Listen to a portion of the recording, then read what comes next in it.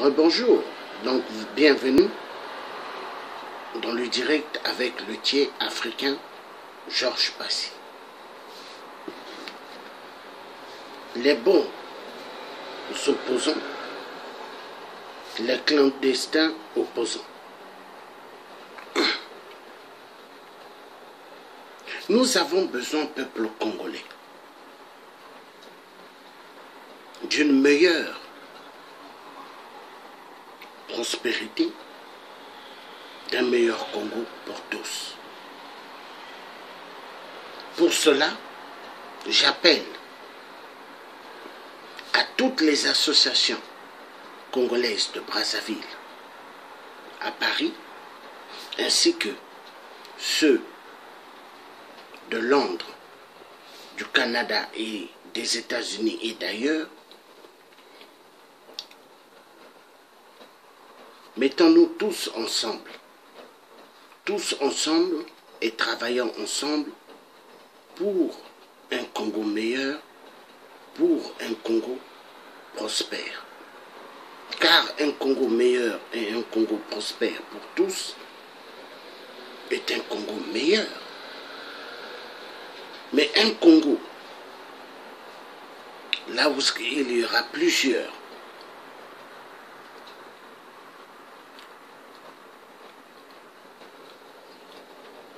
partis et sans lien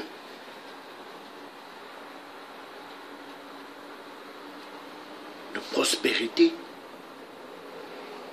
est un Congo pas bon, est un Congo dans le domaine catastrophique.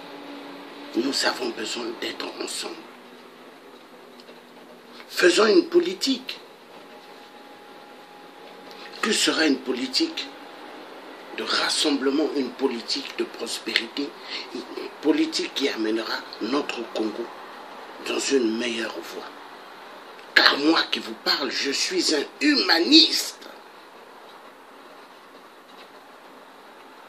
Je suis un activiste des droits de la vie humaine.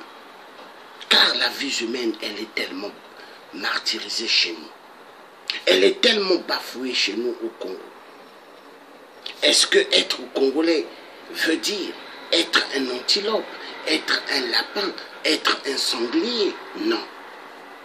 Mais un villageois, un seul villageois, le corbeau noir, sortant de nulle part, qui a eu les galons de 8%, car il n'a pas gagné aux élections, nous amène le Congo dans un gouffre.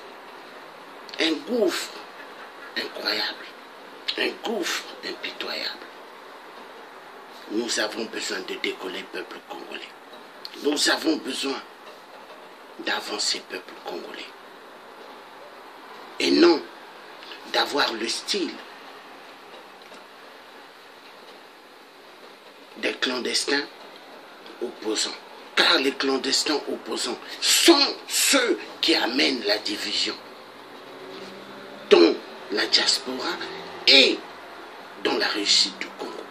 Ils ont le venin de la haine, le venin de la division. L'histoire de Nibolong, ce n'est pas une histoire d'aujourd'hui. L'histoire de Nibolek, ce n'est pas une histoire d'aujourd'hui. Mais depuis les temps de ces vieux-là, et ils ont pris le peuple congolais comme leur gibier, amené dans le couloir de l'abattoir. Nous n'avons plus besoin de cela. Il y a trop eu de morts dans notre Congo. Il y a eu trop de sang qui a coulé. Même les Congolais n'ont pas eu immensément des robinets d'eau chez eux. Et l'eau potable de ce nom, au XXIe siècle, privés de l'eau potable, au XXIe siècle, privés de l'électricité, au XXIe siècle, privés des soins médicaux, au XXIe siècle, privés de l'éducation nationale. C'est une vraie honte. Le Congo était un pays meilleur, un pays où les autres pays d'Africains, les autres pays d'Afrique venaient étudier chez nous. Il y avait des universités de ce nom chez nous au Congo. Mais aujourd'hui, est-ce que le Congo a encore ces universités dont certains, d'ailleurs, des parents africains d'ailleurs sont venus apprendre chez nous? Peuple congolais, aimons notre Congo. Aimons notre Congo comme nous-mêmes nous nous aimons. Car les clandestins opposants, ils ne s'aiment pas.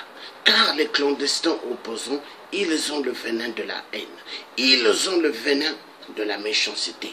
Ils ont le venin de la division. Parce que c'est comme ça qu'ils fonctionnent. Moi, le tiers africain qui parle, je suis un tiers de rassemblement. Je suis un tiers.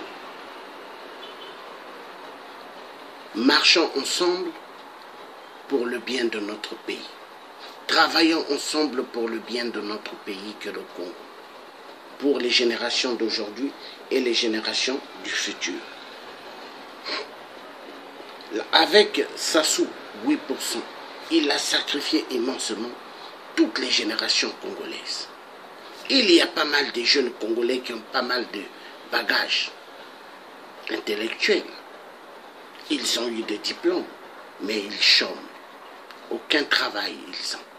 Car au Congo, pour avoir un poste, il faut donner son âme au diable, donc devenir franc-maçon. Devenir franc-maçonnerie. Devenir un Illuminati? Non.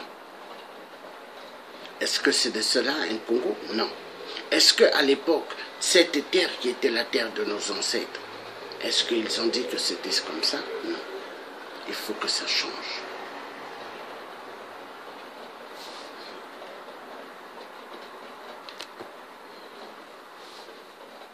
Nous allons suivre juste un peu, une petite vidéo, mais je laisserai juste un peu. Je ne finirai pas cette vidéo pour que vous compreniez. Hein? Qu'est-ce que le clan Guesso ont fait de notre Congo? Hein?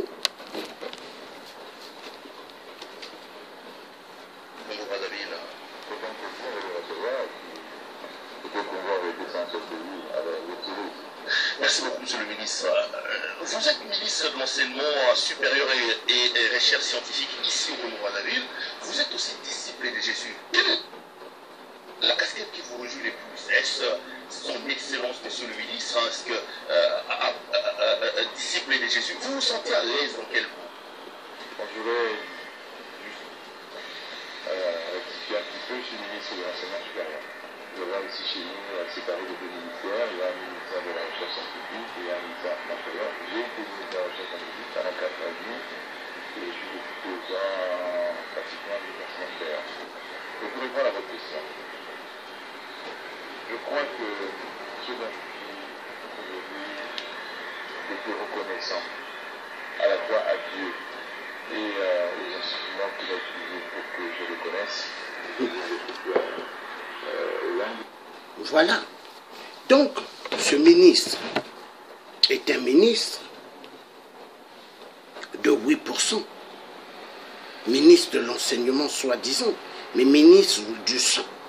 Oui, ministre du sang. Alors, donc c'est ministre de Sassou Nguesso, Bruno Itoa.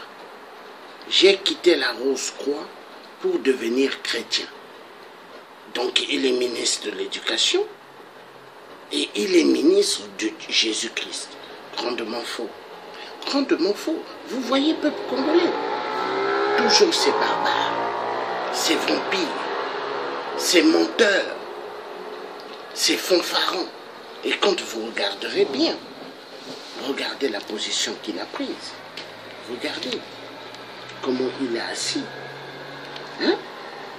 Regardez comment il est assis. Regardez même ses mains. Regardez. Tout ça, c'est des signes sataniques. Alors, peuple congolais, ces gens-là sont des comédiens. C'est des comédiens de théâtre. Comédiens de théâtre, tout ce qu'ils racontent, ce sont que du blablabla, des mensonges. Nous avons besoin d'en découdre avec tout le clan des Nguesso. Tout le clan. Le peuple congolais. Il faut en terminer avec ces cafards. Il faut en terminer coûte que coûte. Oui. Car nous avons le devoir, nous, peuple du Poule, de changer. Peuple du Congo, nous avons le devoir de changer.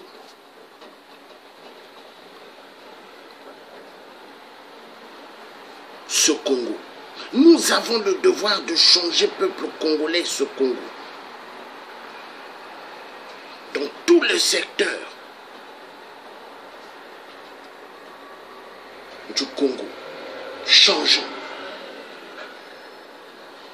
Oui, changeons. Changeons ce système.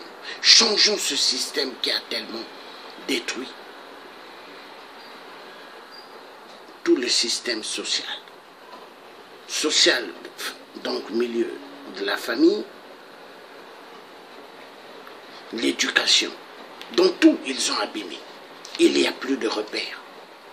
Personne ne sait qui est père au Congo, ou qui est mère, ou qui est enfant. Et c'est grave. Le Congo est perdu. Nous devons sortir du gouffre, car